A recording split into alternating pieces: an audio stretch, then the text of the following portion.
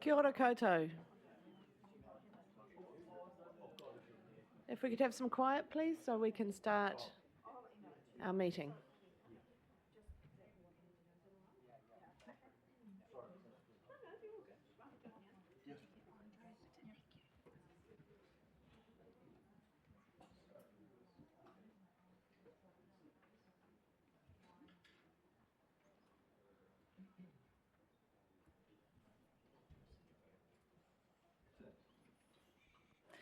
Ata Mārie, and welcome to this first council meeting of the full council for 2024.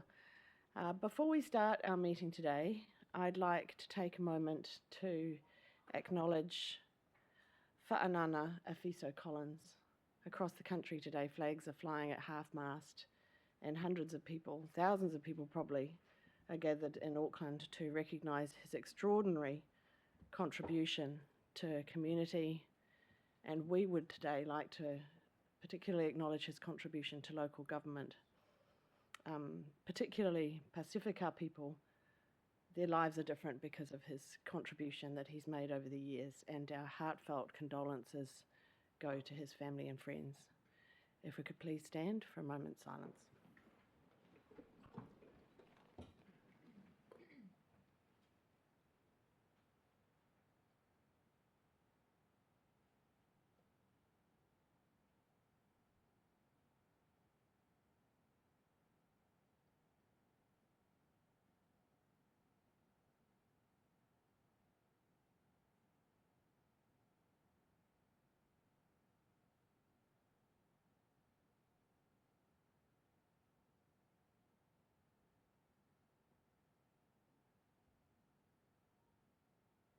Thank you.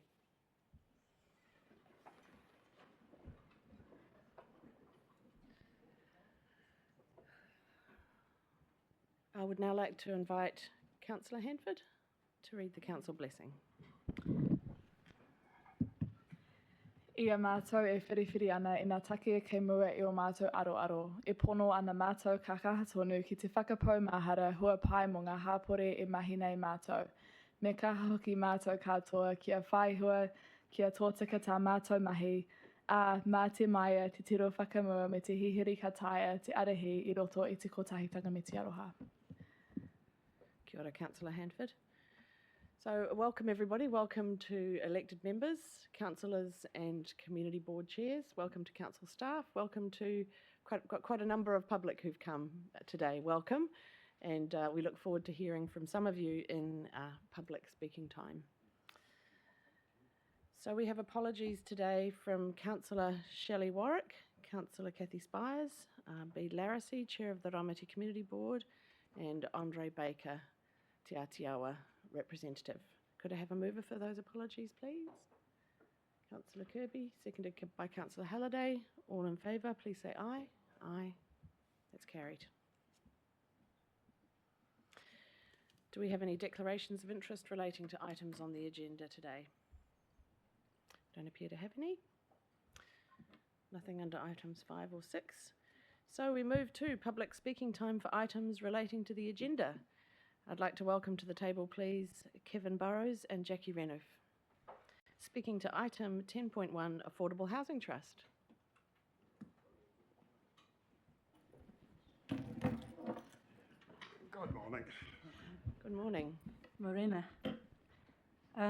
Thank you for the opportunity for the OPC to briefly talk to you about your policies on social housing. As people who are interested particularly in older persons housing, we are also interested in the general social housing area because to some people it's indivisible. And but at this stage in the council's deliberations, it's actually going down 2 different channels. So the 3 things I really want to put before you today is that social housing is constantly changing in terms of the clientele or the people who need to live in it. And it's really important that we have flexible social housing to accommodate the very wide range of needs from the youngest to the oldest, from the most able to the most disabled. So my plea really is that you look at future-proofing the housing with universal design so that it can be readily changed to meet the needs of a changing population. And with universal design, there's the possibility of sort of reconfigurating buildings or dwellings so that they can be either 1 or 2 or 3 bedrooms so that they can accommodate those needs, because we need to think long term rather than short term. The second thing I want to put to you is that for older people, open spaces, trees, the natural environment is essential, and it is for younger people too and children. The natural environment provides for physical, psychological, and mental health.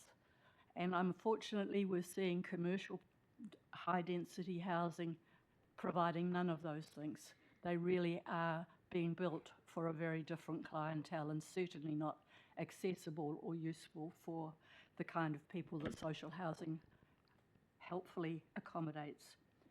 And the third thing I just want to put before you is that I think that the trustees, amongst the 5 or 3 to 5 community trustees, you will need to have someone with management experience and governance experience in the social services, because the nature of the people that are coming to you is because they're vulnerable and frail and needy at times. So really that's the 3 points I think we want to make. Yeah. It just sort of on the issue of the trustees, we do feel quite strongly that this is, and I'm sure councillor, that this is a community issue. So therefore those trustees, or some of them anyway, sure you'll need the governance skills, the financial skills, but you need the community skills on there. And that's the sort of issues we wanted to put to you today. Thank you very much. Do I have any questions from elected members? There don't appear to be any. Thanks so much for coming along. It's excellent points you've made today, and we'll take them into consideration. Thank you so much. And for those who aren't aware, OPC refers to the Older Persons Council. Next we have John Laharavel on the same item.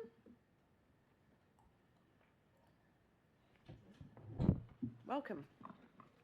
Hi, kia ora tātou.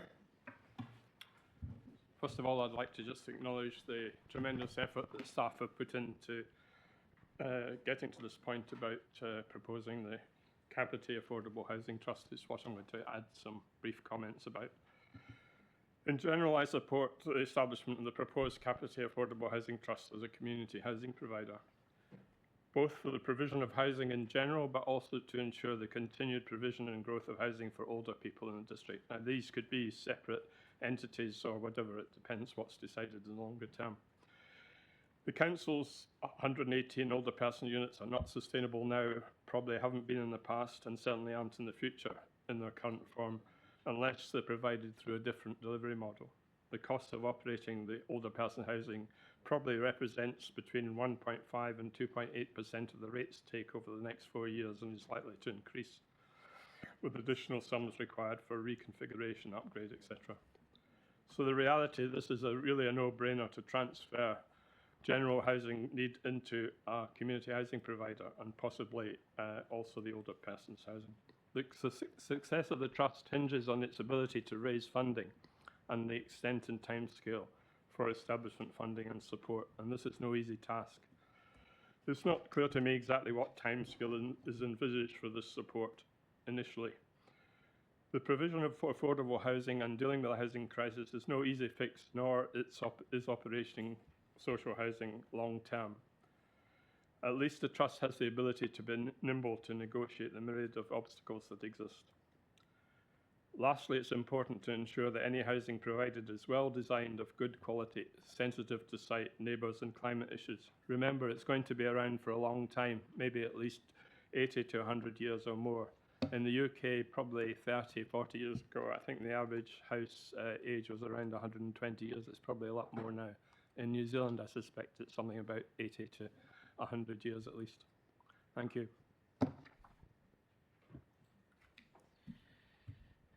Thank you, Mr. Laharavel. Do I have any questions from elected members? There don't appear to be any. a characteristically well thought through and full contribution today, and we have here some written material to consider later as well. So I actually have David Ogden as well.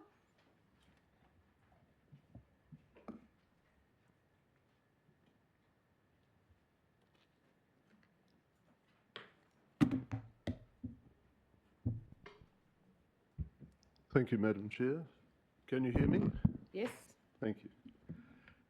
Just 2 points, which I'll be brief on. Before you start the clock, how much time have I got to speak? Because last time I was shouted down. We promise we won't shout you down today. Oh, that's good. No, that means I'm getting through to you. So it's 3 minutes. But 3 minutes, we'll glory. exercise some discretion, but if you could try and keep it to around 3 minutes, Okay, that'd be I'm great. just talking briefly about housing and governance. I appreciate your reports. There has been a previous report on housing which I've commented as being very good. I think the whole thing about housing is that you cannot finance it here. If you put, say, 100 million in, you get 100 to 200 houses. And the trust and other vehicles such as this, they are the way to go, because they can get money from the government, from, as you know, but not from the ratepayers, please. The other thing is governance. In a job I had previously, I was very religious about protecting staff, but I think the paper on governance is superfluous in its detail. I think there have been 1 or 2 amendments as you go through, and I think it could have been done much more cryptically. You know, just less words. Just mention the changes to the governance. That's about it. Is that all right, Councillor Martin? he didn't like me talking last time, but I've rung him up. And we're good friends now. I'll allow Councillor Halliday to respond to that. It's not the usual practice to question elected members during public speaking. I beg your pardon. I will allow a response. Please forgive Mr. me. Ogden, you want to bait me, that's your issue. But be prepared for the consequence. Thank you. Ooh. Well, So have you finished your presentation? Can I we have, move on to some yes. questions? Thank you. I have a question from Councillor Coford. Thanks, Madam Chair. Yeah, ex-Mayor David.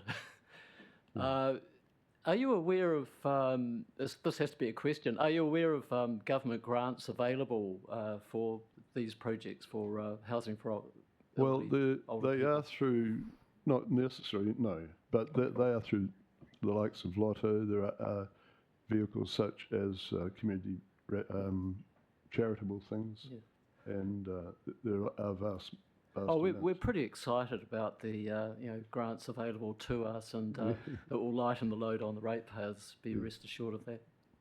Yeah. Thank you, Councillor Coford. I'd remind elected members to limit their comments to questions, please. Councillor Kirby? I'm a little confused, Mr. Ogden, about your comment around governance changes and keeping those succinct. I'm loath to ask you to go into any more detail on that, but it is a little confusing from where I'm sitting as to what you were trying to point out. Well, I to see us your as name was elected members. crossed out. I think there's so much detail there, it could have been put on 1 page, Councillor. Oh, is that in our governance structure document yeah, that we're yeah. considering later? Yes. Okay, great. Thank you. Sorry, well, I was confused between the affordable housing situation, then you talked about governance. Thought you were talking about the trust governance rather than our paper, that other paper that you're wanting to talk about that we're considering later. Yeah, well, Thank you, there's Mr. probably a Ogden, for bit of coming in. confusion because I wrote an email to the Democratic Services saying I wanted to speak and the time that I had to speak.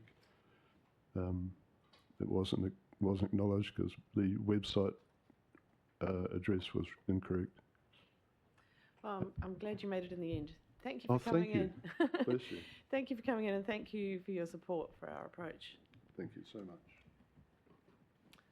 Right, that brings us to the end of public speaking time.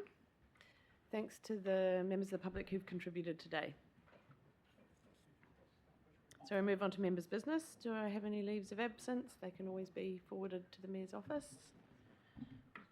I haven't been advised of any matters of an urgent nature. I have nothing on item 9 today. We'll catch up on that next time.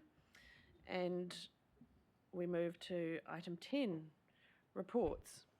Just before we go into our reports, the housing trust item in particular, there's a lot we could talk about as regards housing, so I just encourage elected members to stick to what's in the agenda today and what we're considering today. I'd like to welcome to the table Chris Pervin, and are you coming up too? Darren, Stephen?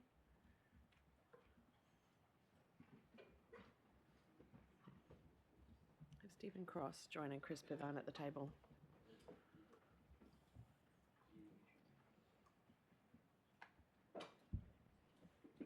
Thank you. Over to you, Chris. Thank you. And for our first, I guess, a substantive decision for our Affordable Housing Trust, we have had many discussions and briefings to get to this stage. And so I just want to acknowledge the input and conversations we've had with you and the sector and others to get to this point. What we are focused on today is the forming of the trust itself. We have heard in public speaking some very valuable and insightful feedback around older persons housing and the opportunity for the trust. We are not seeking a conversation about that today, and we will not be talking with you about once you've agreed to the trust what its first project could be. We will be coming back on that though, and you know that separately to this conversation, we are going out to the community to get some feedback on older persons housing and the review and where that may go. So we're obviously not going to cover that today. We do know that's happening.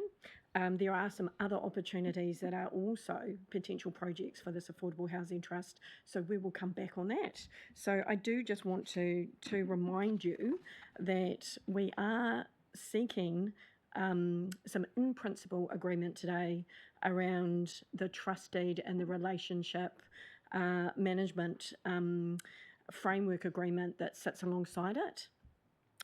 And also the process will go through to appoint a consultant to support us in standing up the trustees as we go through this process. So essentially the recommendations are in that space. I do, however, just need to alert you that we are seeking to make a slight amendment to recommendation B, and the Democracy Services team will put that up on the screen for us. I'm just alerting you now.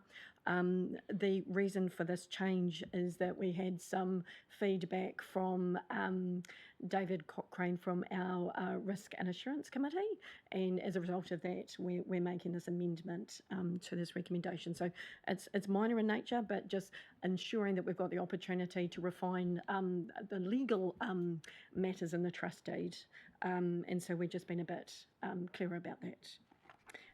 We aren't going to go through the paper. We're taking it as read, and therefore be open to questions.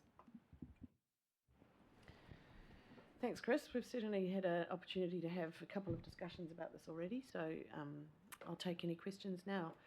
Councillor Coe. Thank you. Look, this is a very comprehensive paper.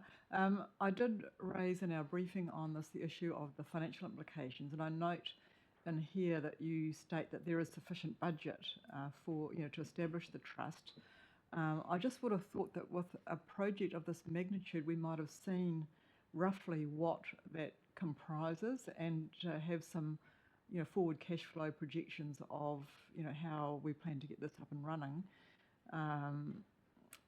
I would certainly feel a lot more comfortable if we had that information at some point. I'm not going to hold back on approving the way forward today, but I just think it would be sensible to know what the cash flow implications are of this. So I wonder if that might be made available at some point. And the other thing is, how can we, and this relates to a bit of a conversation that Councillor Halliday and I had yesterday, well, some messages I should say. I'm just really concerned that we make it quite clear somehow in the documentation that we're not about to create a housing empire here, and that we need to make room for other providers in the space. And our role really is to fill a gap rather than to grab hold of every opportunity we can see to establish affordable housing. I just wondered how best we can reflect that in the documentation to say that we actually support the establishment and development of other housing providers in Kapiti, and in fact that's probably our preference that other providers do that, and our role really is to fill any gaps so that, for example, if there's some land becomes available and we are in a competing situation for that land along with another housing provider, we might actually just take a back seat and say, well, okay, if there's someone willing to provide affordable housing on that land, then we'll support them in the development of that land rather than do it ourselves. So, yeah, my question is, how do we reflect that in the documentation? Thank you. I think there's two bits there. Yeah. Around the financials, the reason that we hadn't put them on the table at our last briefing, but we said we would come back, is that we've also got a couple of opportunities that we would be putting forward that once the trust is established, from a council perspective, some of the work we have in the housing strategy that we thought might work to support them to at least establish. We want to come back more fully on those options, but we had confirmed that we have in the budget funding to establish and set up the trustees and their kind of operating position versus, if I put it this way, yes, the development opportunities, which will come later. So we are coming back on both those points. Right. So I will confirm that. And I want to say before I hand over to Stephen that I think the intention in our housing strategy is that we are looking at the full housing continuum and working with the sector on how we're bringing housing affordability to this district. So that is very much the intention. And I think some of the I'll say positioning of the national government or the coalition government is that they very much support the idea of shifting into chip zone and trust zones in the community, and there being more. Kāinga Ora has been doing a bit of assessment across the Wellington region, but also nationally, at how many chips there are or trusts, and there aren't a lot.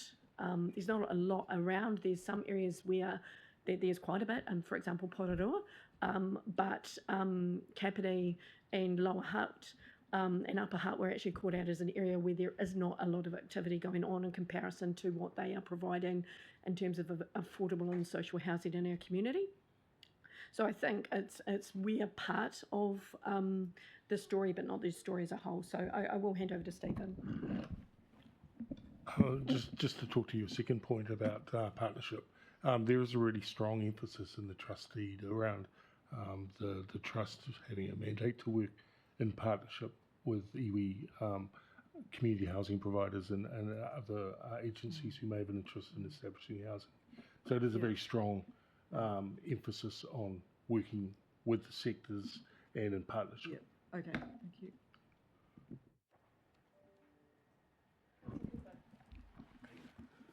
Oh, great. Could you just explain number 24 me, page 11? So this in respect to the trust deed includes a specific provision restricting the trust from becoming CCO or subsidiary and a requirement to maintain its independence from council and any other third party. So I understand its independence, but the trust deed then directs the trust to engage with iwi.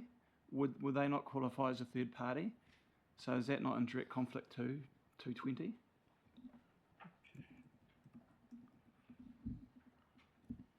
Maybe a legal question, I don't know. Yeah. But in 20 is saying you must stay independent, and then later in the document it directs the trust to engage with iwi and be directed by iwi to a large extent. I'll just comment on one aspect to the reason for the independence. We've written this trust deed mindful in a way that we're being mindful that the development of the trust may lead it to think about registration as a community housing provider. To be a community housing provider, the trust can't be a council-controlled organisation or be directed by council by having a majority of members, trustees, and etc., because they wouldn't be then eligible to become a community housing provider. So that's why there is a strong emphasis on the independence of the trust. And so just to confirm, I think the independence is from what we may say is the existing governance structure in communities, so central government, local government, it not being local government. So we wouldn't be able to access any of the things that an independent chip can do that a council, can do that a council can't do if there was not the independence. So the independence is from us. We are saying we want them to work in the community and we do want them to be engaged with our iwi partners. So if that makes sense, that clarification.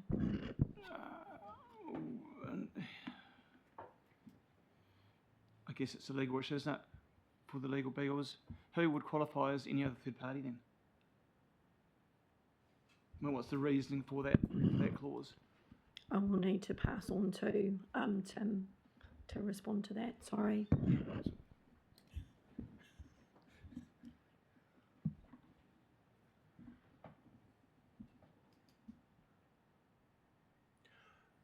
Councillor Cooper, I'm not sure there's a lot more I can add from the comments that Stephen and Chris have made. The requirement to be independent is to ensure that the trust qualifies or is able to be registered as a CHIP going forward. I'm not sure what the reference to any other third party at the end of paragraph 20 really adds to that discussion. Stephen and Chris have identified the key point about independence from council. I might just add, we'll take your point on board, Councillor, and the adjustment we've made to our recommendations, just saying we'll refine some of the, you referred to legal beagle bits, we'll just come back and consider that point.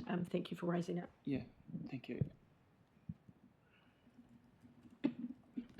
Yeah, I'll note that B, under the recommendations, delegates to the Chief Executive and Mayor any non-substantive changes. So I think we're clear on the intention today, and if we require any changes to the wording to reflect that, we can look at that before we finalise it and it's adopted by the Trust. Thanks for the point, it's a good one. Councillor Cofford? Well, thanks, Madam Chair. The document looks pretty comprehensive to me and covers a lot of aspects, and of course it's really for infill projects or housing where there isn't any at the moment, so it won't be in competition with housing providers at the moment, and where it would be seen as being in competition, we would work with probably work with existing partners to develop it, but it's a very exciting project. Thanks, Councillor Cofford. Does that I just respond? Yeah, I just want to add, because it's a really important point that's being raised around where the Affordable Housing Trust would fit in the existing sector. Outside of this particular decision we're asking you for, sits other work that we're undertaking in the housing strategy, and that includes working with the sector. And assuming that this trust stands up, that trust would be part of the sector that we're working with. So we would be ensuring that there's good connectivity and people are working together in coordination, and some of the good points that were raised earlier in public speaking, that those things are taken into account. So this trust isn't going to be out there swinging in the wind by itself. We will be wrapping support around it and the wider sector as well as part of the work we're doing in our wider housing strategy. And Darren looks like he is going to add to that point. was just going to say, when we had the workshop with the sector, there was real strong support for the establishment of the trust, as they thought it was really important to have something they could partner with. A lot of housing chips and that sort of thing have struggled to get into Kapiti because of access to land and all those sorts of things, and they saw the benefit of having an entity that could facilitate the access to land as being something that's really positive for them. So there was good support in terms of the opportunity to really partner with the sector through this. And it is the first objective of the trust is to partner. Councillor Kirby. Thank you, Madam Mayor. Just a quick question. Have the other groups that are involved in the housing spectrum in Kapiti, have they had a look at or had an opportunity to look at the trust deed and relationship framework agreement? Yes. I've maintained a mailing list of groups that attended the workshop that we had and have provided all the information through that channel. Fantastic, thank you. Councillor Halliday. Yes, through you, Madam Chair. I've actually just got two flags more than anything else. One of them is in relation to 13.1 on page 10 around purpose. I like the 6th point around advising, educating and households facing housing stresses and that sort of scenario. I just want to flag that maybe we don't wait until the trust is put in place with regards to them actually getting into the kaupapa. That's maybe a piece of work that we could even look at bringing forward a little bit, or see how we can partner with other agencies in that space. And the other one was around 13.2 purpose. I just wanted to maybe add something that's on. Oh, I've just misplaced the page number. Sorry, must be around page 10. But I just wanted something, maybe put something in there or something to refer to youth. We talk the point really talks to people that qualify from a social perspective or a needs perspective that the housing trust would give priority to, but also it's really trying to keep our youth in the district as well and giving them the ability to step into housing as a first step.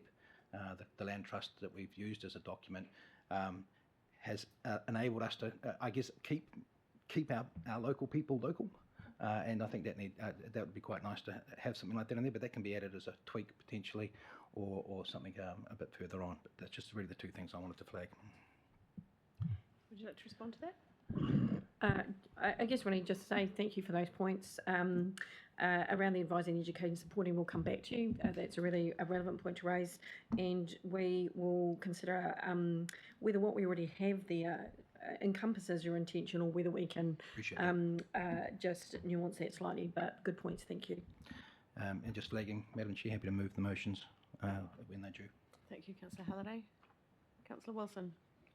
Yeah, just a couple of things. One is in terms of the trustees, the point that was made by Kevin and Jackie this morning about a person with sort of social services management, and I agree entirely that somebody of that ilk should be in there. So is that provided for specifically, or is that going to be a judgment call by those who are making the determination, and have they got some criteria to work from, and would that be one of them? It's only 8 questions in that.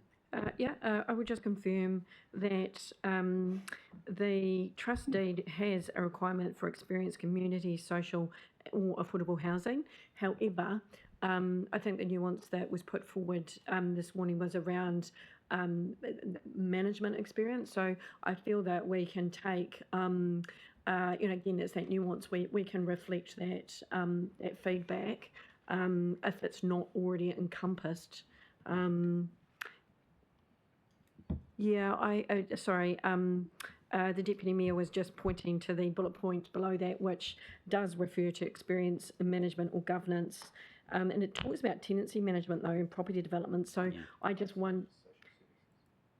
And social services, it might be just making sure that that's connected then. So we might just nuance it to make sure we've picked up that point. We thought that was a very good point raised.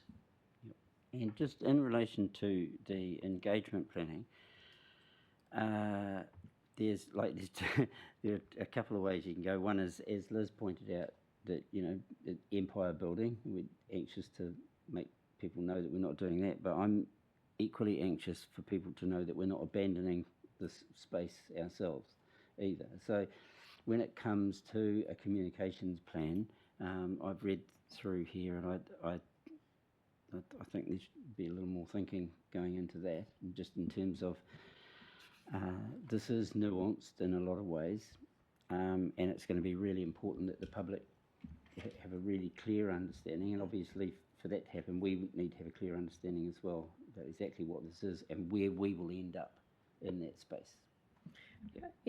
Thank you, Councillor. I think we've previously discussed when there are large items like this that we will come back to you with our communications. And so we do have some drafted in the background, but we'll come back to you to make sure that we've got exactly the right message coming through.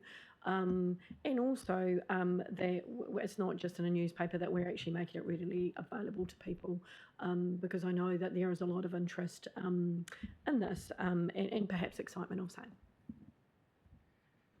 Yeah, good points. Thank you. So, Mr. Olsen. Yeah, thank you. This may be in here and I may have missed it, but I just had a scan through and I just didn't see it. So it's just, if it is, I apologise for asking. On the independent, there's states the number of independent trustees, but it doesn't say if there is a time period. If, you know, are they, once they're appointed, are they there for life, or are they there for a period of 5 years or something? How is that dealt with, I guess? I think Tim's going to answer that. Yep. There's certainly an intention the trustees will rotate, so though I can't, well, I could find the clause in here, but they serve either a 3 or 4 year term, and then the intention is, you know, there is some turnover, but equally we don't want to lose all the independents all at the same time, so it's something we've carefully thought about.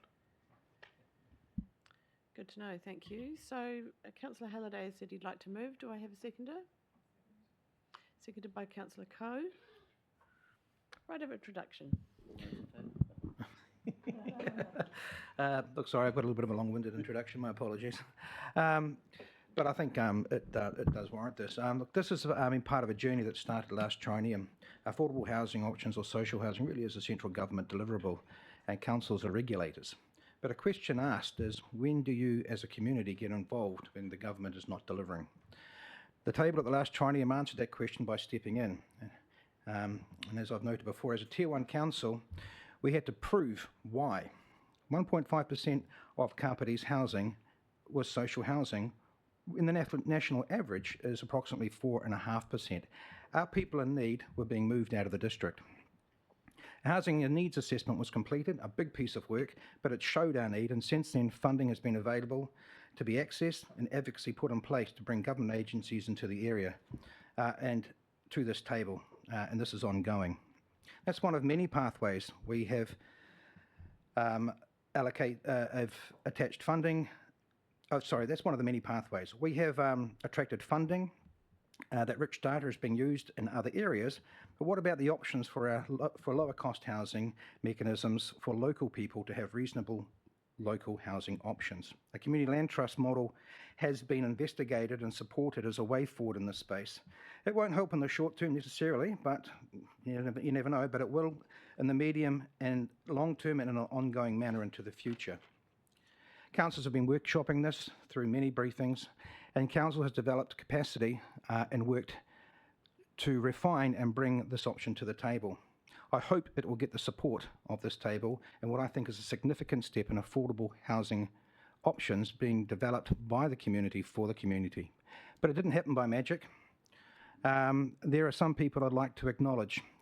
Firstly, councillors from the last triennium, in specific Rob McCann, who held the housing portfolio and was tenacious in his belief and delivered significantly in a way that has allowed us to be in front of this piece of work today. Thanks, Rob.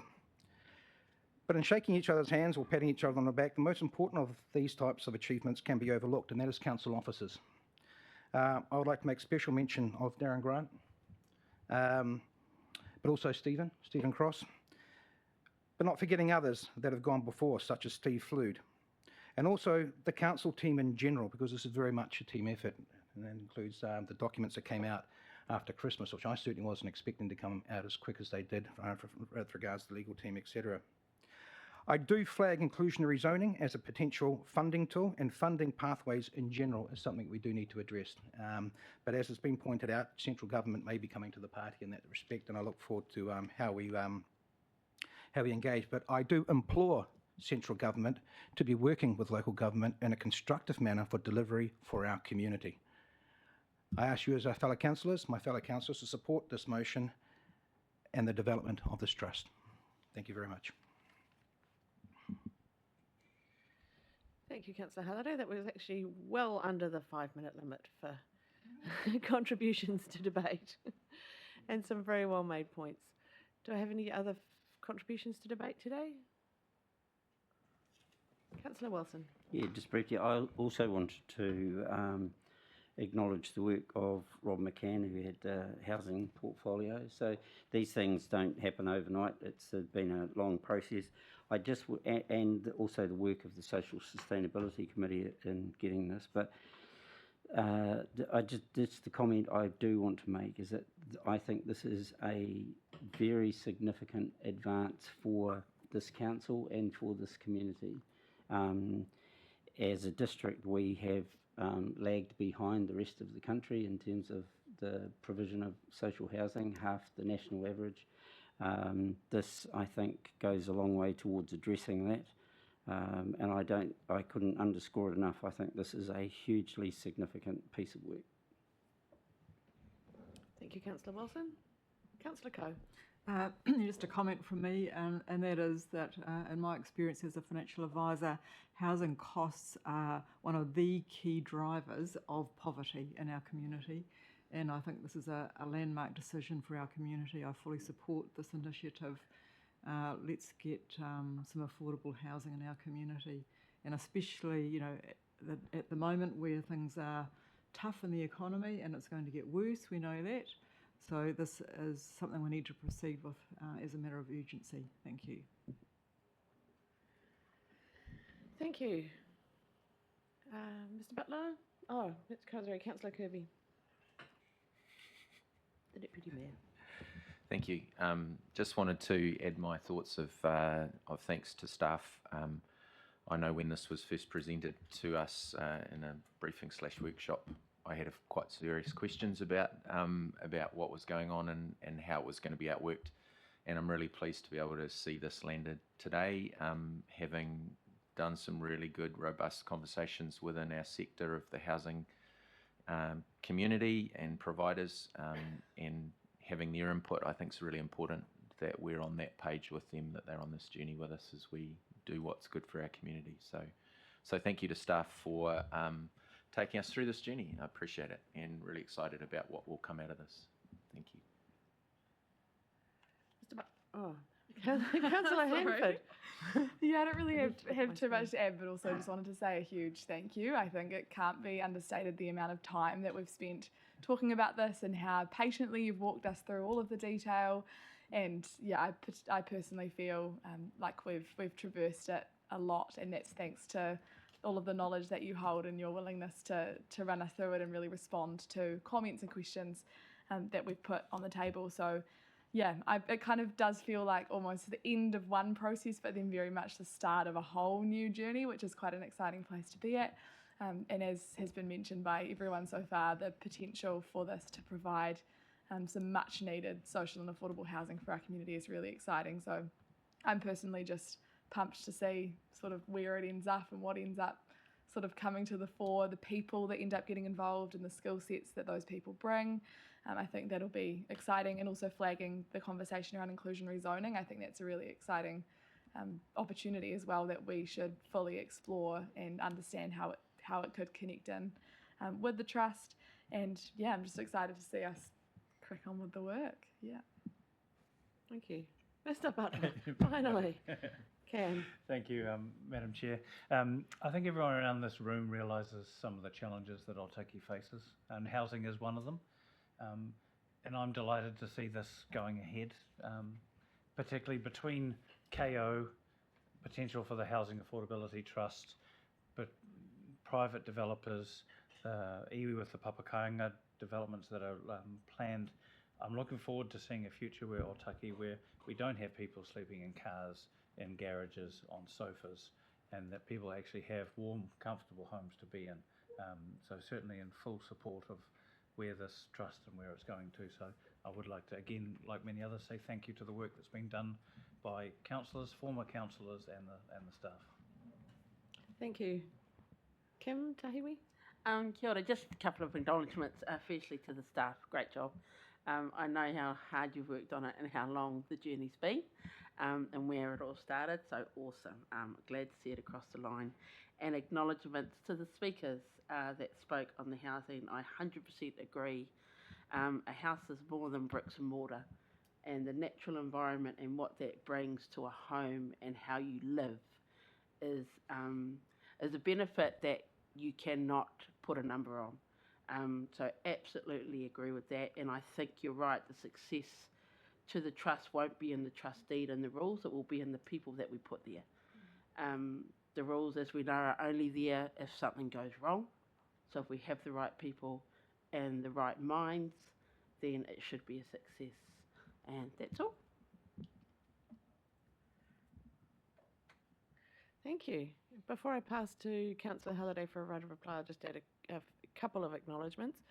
First of all, I'd like to thank the stakeholders and individuals in the community who've contributed to this work, starting with the Housing Task Force in 2017, actually. So this goes back a long way. I'd also like to acknowledge Natasha Todd, who led the team through a lot of this work. So with that, I'll pass to Councillor Halliday. Thank you, Madam Chair. Natasha and others as well. Look, to wind up, just wanted to acknowledge the Alderpersons Council, and I'm sure you'll be keeping us honest through this process as well, with regards to coming through our committees, with regards to holding us to account and bringing the wisdom of the group into the space as well. We'll certainly be supportive of that. And just, we got $30 million already into Otaki with regards to the infrastructure fund, and that was only possible through the work that's been done in this space. And I'm very, very, very hopeful that was just the tip of the iceberg with regards to what we can attract to the districts. And what Kim was saying with regards to the other aspects of this, it's all to do with health, well-beings, and fundamentally, I think everyone's entitled to a home, not necessarily a house, but a home. And that's where that social cohesion can come in with all sorts of beneficial outcomes in relation to that space. That's me, Madam. Thank you, Chair. Thank you very much. Thank you, Councillor Halliday, and I'll just clarify that the motions that have been moved and seconded are the ones that we see on the screen, with a slight amendment to the ones that are in the council papers. So I'll put that to the vote. All in favour, please say aye. Aye. Against? That's carried. Congratulations to staff. Well done.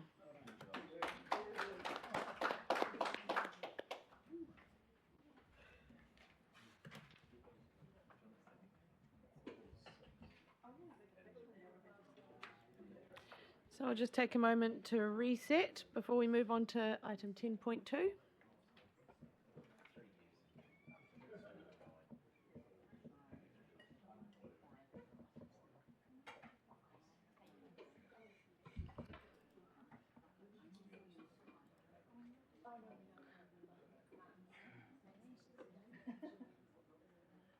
So I'd like to welcome Sarah Watty to the table to take us through the amendments to council delegations to staff. Thank you, Your Worship. Tēnā koutou. So this won't be a new report entirely. So this is our standard delegations to staff report. So as you know, it's for council to delegate the various powers under the different statute that governs us in local government to staff.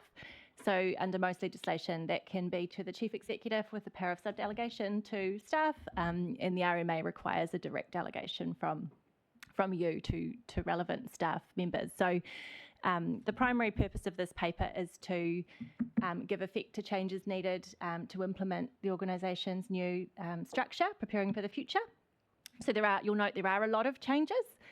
needed that that staff and my team, in conjunction with others across the organisation, have carefully worked through. So just to recognise, I guess, that work, it has been a lot. And there are a couple of other minor changes. So one is to repeal or to give effect to delegations recently introduced by the Natural and Built Environments Act that was repealed last year. So we're removing those delegations. And there may, there'll probably be them. I don't think there were too many delegations introduced in recent legislation, but that is always something we'll need to continue to look at. And then there's just another minor clarification that staff have picked up in relation to the Machinery Act. So I won't say any more. Happy to answer any questions, or we can move to the recommendations. Councillor Wilson. Yeah, I'm happy to move this. I'm happy to second. Any debate? All in favour, please say aye. Aye. It's carried. Thank you. Well done. Cool. Yeah, you don't want to spend time on no. Would people like a little break, or should we box on? Box on? So we move on to 10.3, Governance Structure and Delegations Review. Welcome Steffi Hifferley to the table.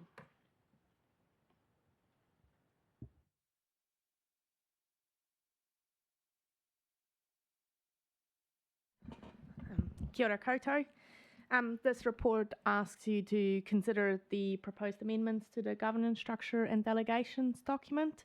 I'll take it largely as read, and just wanted to point out that we will also note the change in chairperson for the Paikakariki Community Board when we update the structure. Council doesn't have to approve that, but we will also make that amendment. Thank you. And on our website too. Yes. And congratulations to Te Kare, Kelsey. Yeah. So, any questions? Councillor Halliday? Yeah, look, might seem a little bit strange, but the Environment Committee and the Social Sustainability Committee are considered subcommittees. They're worded as subcommittees. And honestly, I just have a bugbear about that. Why can't they just be called committees rather than tagged as a subcommittee as such? They're workhorse committees, and the delegate calling them a subcommittee, I think, diminishes them. That's my own personal opinion. And I would appreciate consideration with regards to the renaming or the designation of those committees. If these do sit specifically under another committee and are feeding through to that committee, sure, I sort of get that, but yeah, we've got working groups under these committees as such as well. Yeah, it's just a small housekeeping thing, but I want to have some comment on that. So is there any reason why they can't be called committees? No, it's an important point.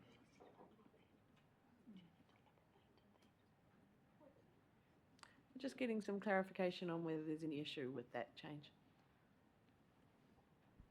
Thanks, Your Worship. Thanks, Councillor. I was just testing the legality around that and fully actually understand and support the taki or your question there. If I think about experiences with other councils, it's, for me, it really is a descriptor if it is sub or if it is a committee. So I'm more than happy to take that away and give you a commitment to work further on that. Personal view would be committee sits fine with me. If you think about the work that those committees do and then providing recommendations to either council or strategy, ops and finance.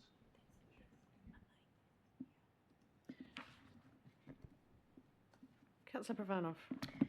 Thank you through the chair. I agree with Councillor Halliday as the other chair of the currently named subcommittees.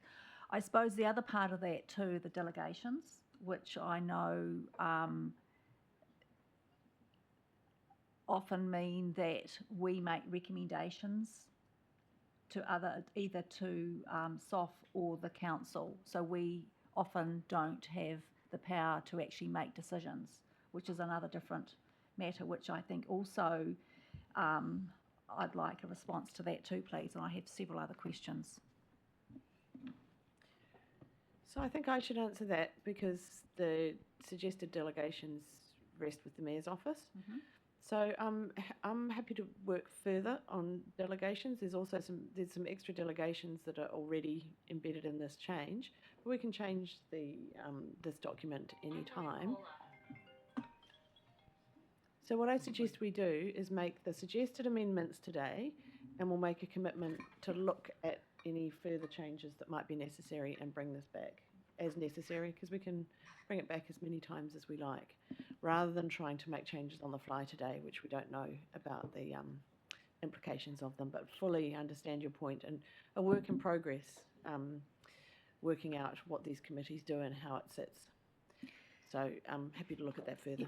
Thank you, Madam Mayor, for that consideration. So I suppose now diving into the detail, on page 118, I see that there has been a change in terms of what it basically means is the subcommittee actually makes the decisions on funding grants. My question here, it's actually got here as approved through the long-term plan and the annual plan. It's my understanding, and correct me, I just want to clarify this, that funding came from the Better Off funding, so it's actually external funding. So I'm just double checking that this new clause does include that authority to make those decisions.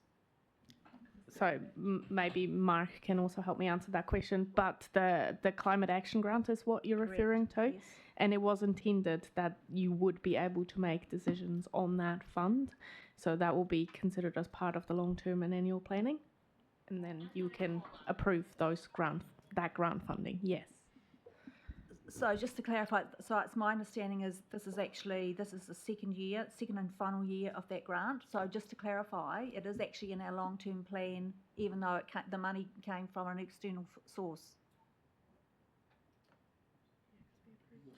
I'll pass to Mr. De Haas to answer that question, being a financial question. Yeah, through you, Madam Chair. Gosh, look, we'd need to check. One of the reasons that we've had the rates increase for year one of the LTP is because of the Better Off funding was actually used to subsidise things. So at this stage, I think it is, but I need to clarify. So I'm well aware of the paper today that gives delegated powers to approve grant funding. So we'll just make sure that there is actually grant funding provided for in the LTP budget. Thank you. Yeah, so I just wanted to double check on that so it accidentally wasn't excluded. Thank you for that. So my other question relates to 130, which is community boards. So on here, one of the delegations is, and this has come up at the most recent Waikanae Community Board meeting, and there's been a bit of email traffic about this over the last few days. One of the bullet points says, accepting or rejecting officer recommendations in respect to names for local roads, excluding the former state highway and any reserves, etc., etc. So, given the work that is going to, well, it's sort of happening, or somewhat slowly, renaming the old state highway. So what that is saying is that community boards now don't have the ability to recommend to council. So obviously that's changed over the last few years. That's my first part of the question. So in the first round, community boards actually went out to consultation and then recommended to council the various sections of the old state highway. That's what happened previously, but they were rejected by councillors at the time. That's why we're still in this process. Sorry, I haven't asked these questions earlier. I had a very busy day yesterday.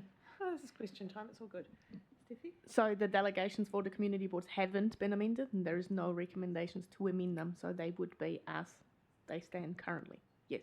Okay, so then if community boards don't have that delegation, I can't see any delegation for any other committee to actually make those decisions. Then it rests Well, with I council. can't see it as a, I've looked, I can't see it as a council. So council's delegations haven't specifically been mentioned, all of them, but if they're not mentioned under any other subcommittee or community board, it does say at the beginning that then it rests with council. Okay. So, sorry, just one more question. So in this particular bullet point, it says excluding the former state highway, because does that not mean that that is now a local road?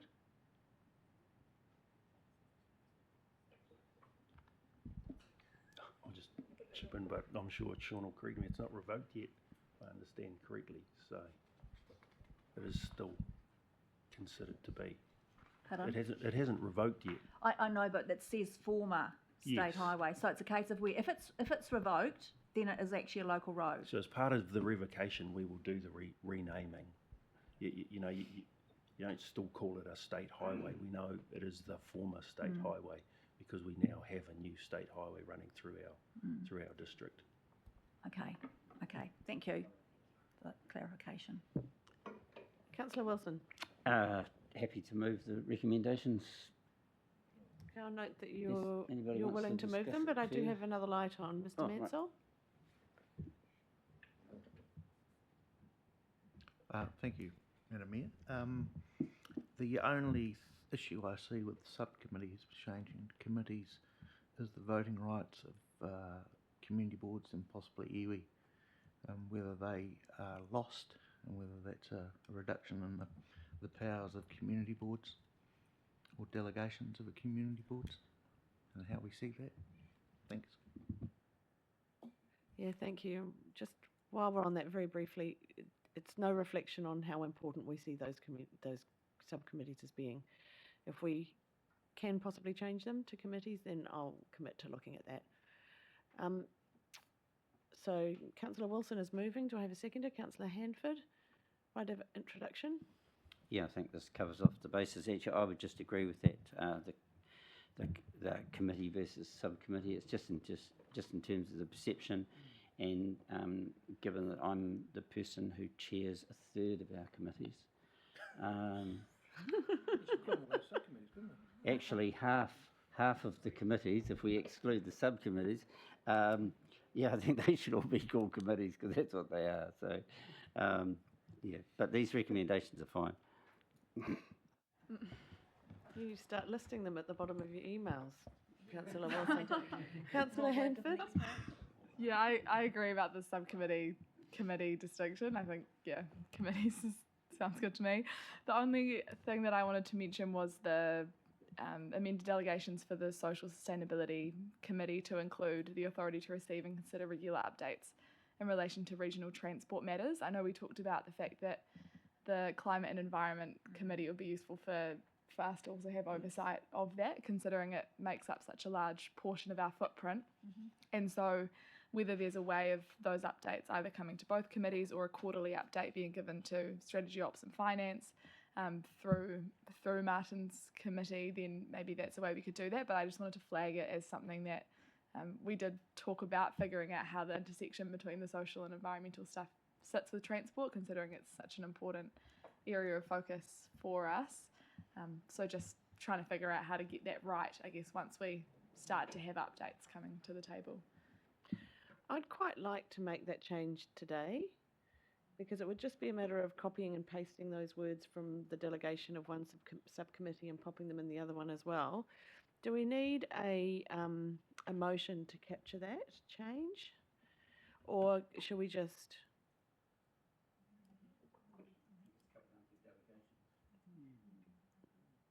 Or we could have a further recommendation if that updates on transport matters will also be... Just read through C, but change social sustainability into funding line. Just copy that as an So, where are we? Oh, so we just after Social Sustainability Committee, we just put and Climate and Environment Committee.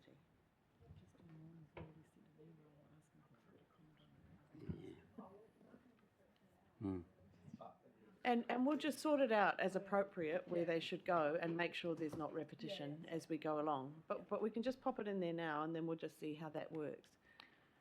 So I see on page 116 there's a line that's been included in the Social Sustainability Committee.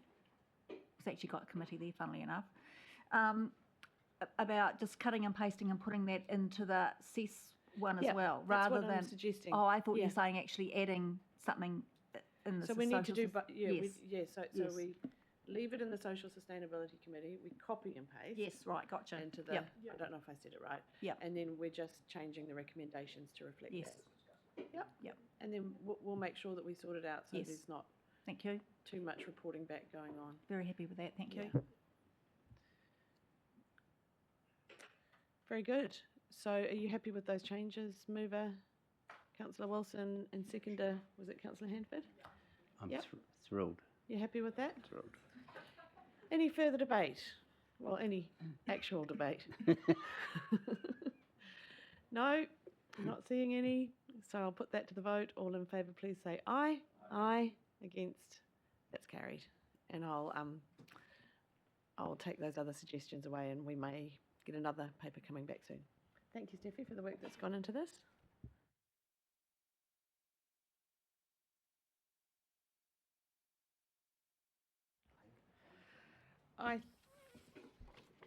So we'll box on because we probably could get to the end of our public agenda by the time our allocated morning tea time comes up. So the next item is reports and recommendations from community boards.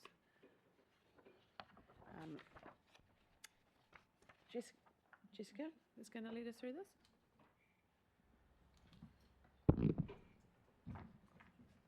Kia ora koutou. This report presents reports up and recommendations to Council made by community boards from the 16th of November last year to the 16th of February this year. I would like to take the report as read, but will note that there are recommendations for Council to consider from the Paraparaumu Community Board. Thank you. Great. Thanks to Council staff for creating some recommendations around around the recommendations from the Paraparaumu Community Board. I think they look pretty good. Councillor Coe? Just a comment in relation to the artwork. As the council representative on the public art panel, I'm just wondering. It says here the issues have been resolved, but that really is a matter for the public art panel to consider. I'm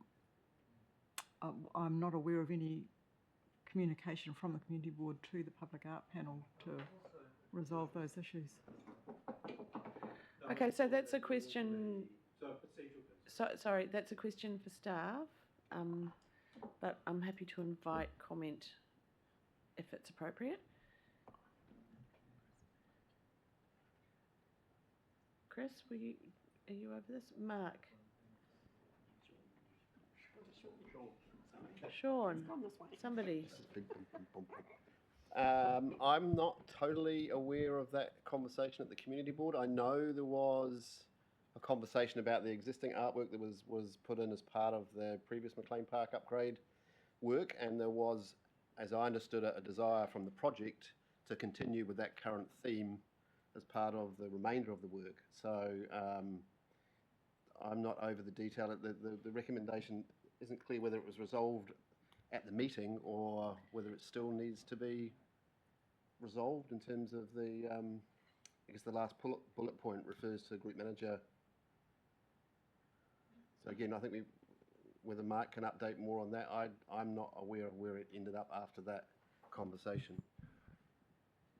I'll go to the chair of the community board, Glenn Olsen, who might be able to enlighten us Yeah, about thank this. you. Yeah, the other reason why I asked for a surprise, because previously when motions had come through from community boards, the chair of the community board was allowed to introduce them. So I was expecting to be able to introduce these ones today. So I was quite surprised that it went to questions without the community board being able to speak on the motions first. So that's why I asked, if I could do Yeah, that. yeah, you're right, actually. So would you like to do that now? Yeah, can we do both? Can we do them, because there's two of them, so Yeah, can we start okay. off with the first one and then come on to Okay, this so one? we'll go Yeah. to you now to do that. So the first one, of course, is one by Bernie. So there is, it should be quite a simple thing. There is a stream next to a shared pathway next to the, is it the Wharamaku stream? Now, the stream itself has a name, but the pathway is unnamed today. So this here actually says renaming in here, but it's actually asking that the council consider giving it a name. There was a name suggested, but we're not saying the community board that has to be the name, but maybe it could be something like with road naming where a few names are suggested, and we can go through there. So that's really what we're asking for on that one, is the council just consider giving that unnamed shared path a name, because it's quite an important one, and it's by an important stream as well. So that's really where that one comes Great, fantastic. Yeah. And with the other ones, the alternative concepts from local artists, Yes. has that been resolved to the board's satisfaction? So this is an interesting one. So yes, there was. I did get an email back from Mike. I didn't see that. I saw that as being not a direct response. And the reason I say this is when we created this motion, we put it forward to council, to governance, not to staff, not to operations. So getting a response from operations is one thing, but we didn't see that as, we saw that as just a bit of clarification from staff, but not, we would have expected it to actually, we did a motion to governance, not to operations. So so I didn't see that as resolving it, because of course we specifically put this motion from the community board to council, not to operations. So yeah, just to see that. So where this comes in, so he did respond, and his response just brought up some other issues, and that was one of them there, of course. We would expect a motion that we put to governments be answered by governments, maybe with some clarifications with staff, but we weren't actually asking staff. Okay, that's on that one. So what this one here comes back to, there, if we come back to the background on this, in 2019, which is almost, 5 years ago now, there was this bit of artwork proposed, and it did go to the Arts Council, and the Arts Council, I believe, commissioned it, but it must have come back to council too, because I don't believe the Arts Council could have actually, Arts Panel, sorry, could have actually allocated the funds for it. They could have recommended it, but it must have come back to council to say we agree with that. So my understanding back then, it was for the one piece of artwork which is there today. This is an additional part. So the response that we got from Mike was that this is just a continuation from the commission from 2019. Now, that is a few issues there. The first one is that was 5 years ago. I mean, if something was commissioned 5 years ago, we know what's happened money-wise, prices gone up. And the first one was for the first part. The other one is, back then, it was the scope of it, or what was done, was for the theme of the McLean Park and the artwork to be Wales related. I'm not sure anybody I would talk to would say that the first one is Wales related, and I'm not sure how you could see that, and I'm not sure that's the same with what's proposed, because we don't know what's proposed anyway. But definitely what's there at the moment, you wouldn't say is well related. So for that one, straight away, I think it should go back to the Arts Panel to say, is this what we want to do? It's 5 years later, the world has changed, everything's changed, everything we're doing down there has changed. So should it go back there? The fact also that this is a substantial amount of money. I've heard originally, last year I heard that it was $70,000. Last week, staff member told me the commission is for the second bid is for $100,000. So that's a huge amount of money, and why I have no issue with staff doing it, because you do have the delegation to go into contracts up to $250,000. Mr. Olsen, I'm not sure that we can resolve all these issues. No, I don't today want to resolve. I just want to have the yeah. talk to governance, and then we go. So what I want to say is I have no problem with that, but as governance, part of that is ensuring that best practice is followed, and best practice when you're doing this substantial amount of money is to go out to tender. And that hasn't happened in this case. It's gone straight to the previous person who was allocated in 2019.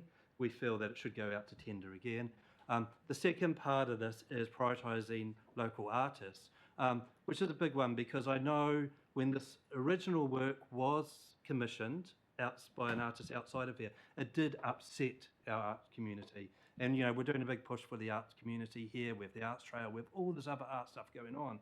And I've already had comments from our art community who are very offended and upset that, again, another piece of major artwork has been done outside of the community because they feel it's saying, the council's saying that the arts community in Kapiti is not good enough for art here. So there are come up, offended. So what we're saying here is, that maybe from a government's the direction, could be given, governance, that a direction could be given that where there is something like this, if there is local supplier at the same price, same quality and everything else, then maybe, they should be given precedence and, this type of stuff. So that's, where that's what I'm saying. Yeah, thanks, Glenn. And yeah, there are quite a lot of points in there, and quite a lot of them are covered under the delegations of the Public Art Panel. So I've suggested a further recommendation that elected members take this matter to the Public Art Panel for further consideration. Would that cover off? And then that would be probably Councillor Coe, but it means that the community board are also willing to that opens up for them to have a chat directly with the Public Art Panel around some of those concerns that you've just outlined. Would that be a way forward that would be acceptable? To us, to the community board, yes, definitely,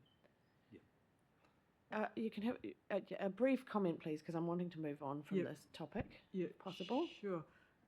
Look, it is a Public Art Panel matter. There appears to be a communication glitch there. We've just approved the artist for the new toilet block at McLean Park, and the design there has nothing to do with Wales.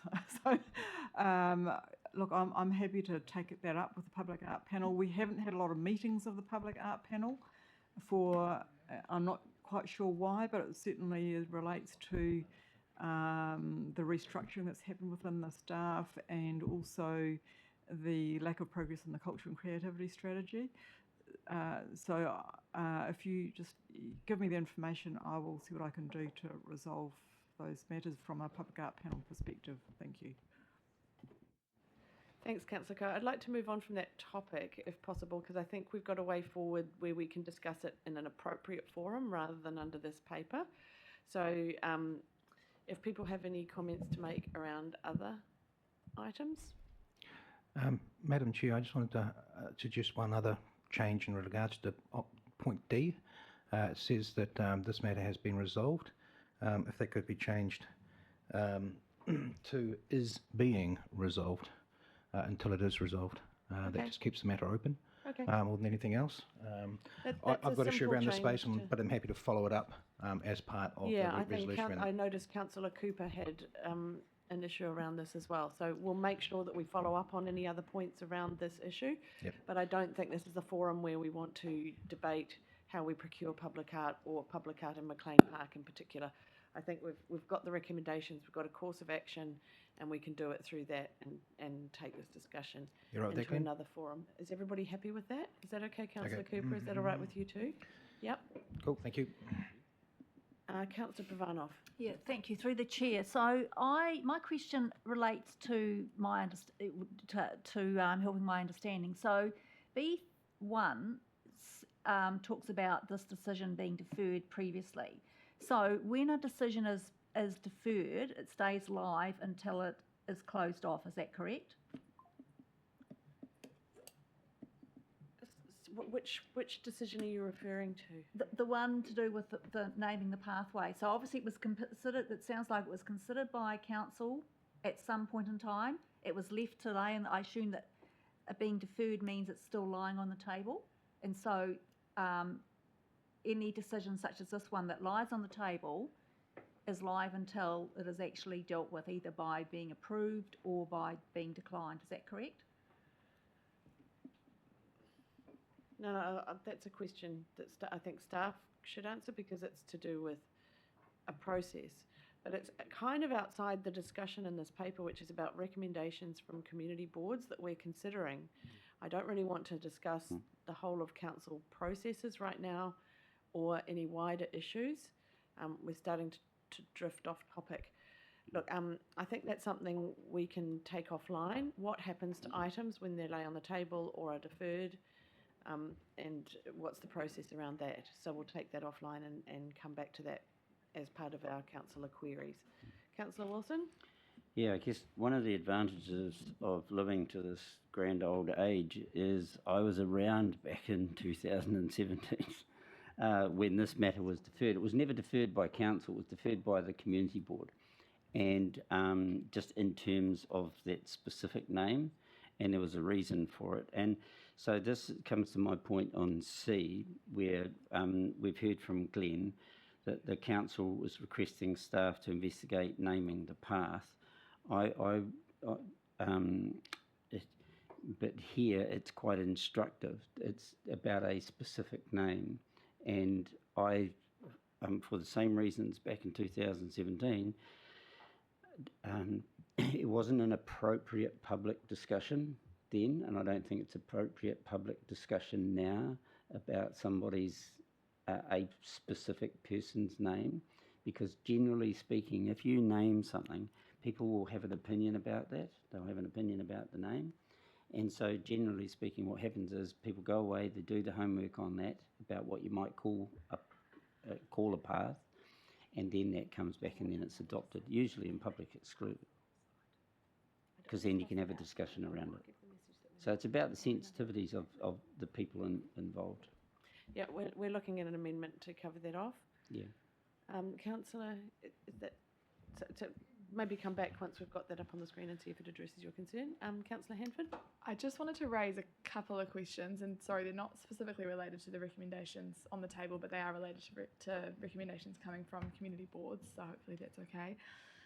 So at the council meeting on 30th of November, the Raumati Community Board made a recommendation around a code of conduct and complaints process for external bodies or people that council's working with.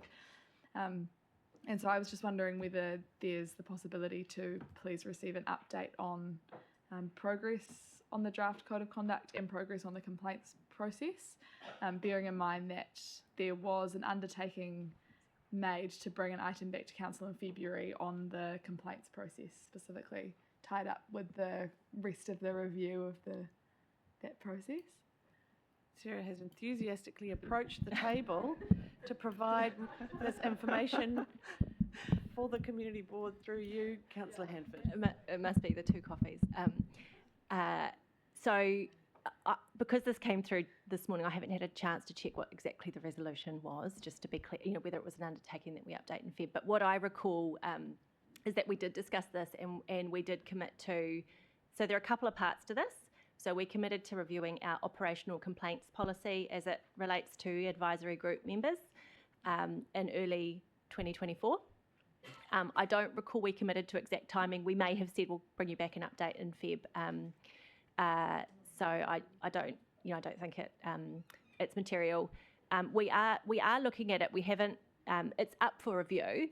I don't recall we talked about specific timing. So it is one of a few priorities that we have committed to looking at. I don't think that the review will be an overhaul of the policy, so it shouldn't be too substantive, but there are some things that we can tidy up in terms of that operational aspect. So we'll be looking at it. I think it's probably realistic to say we would be able to look at it by kind of May this year, to give you, subject to other priorities, and obviously that's in that operational, what should come first. So that's the complaints policy.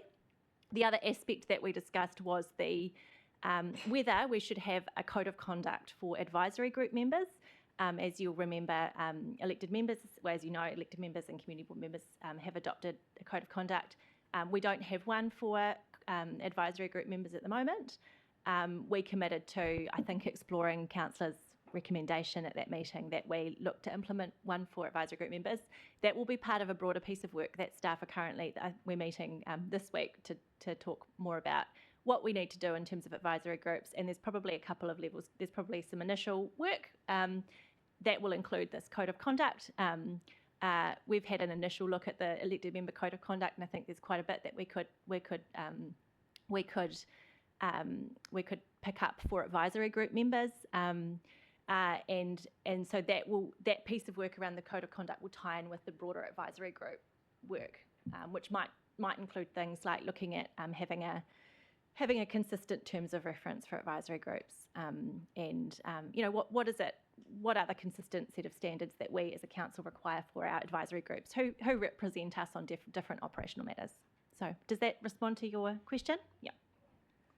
Yeah, and just to clarify, I did have advice from the chair of the Ramati Community Board that a request that we have an update on that today, which I've allowed today, which enabled us to get the right people in the room. So thanks for that update, and sorry for the short notice, but good to know that these items are in progress because they are a priority for us as elected members to get these across the line before too long. Great, thank you.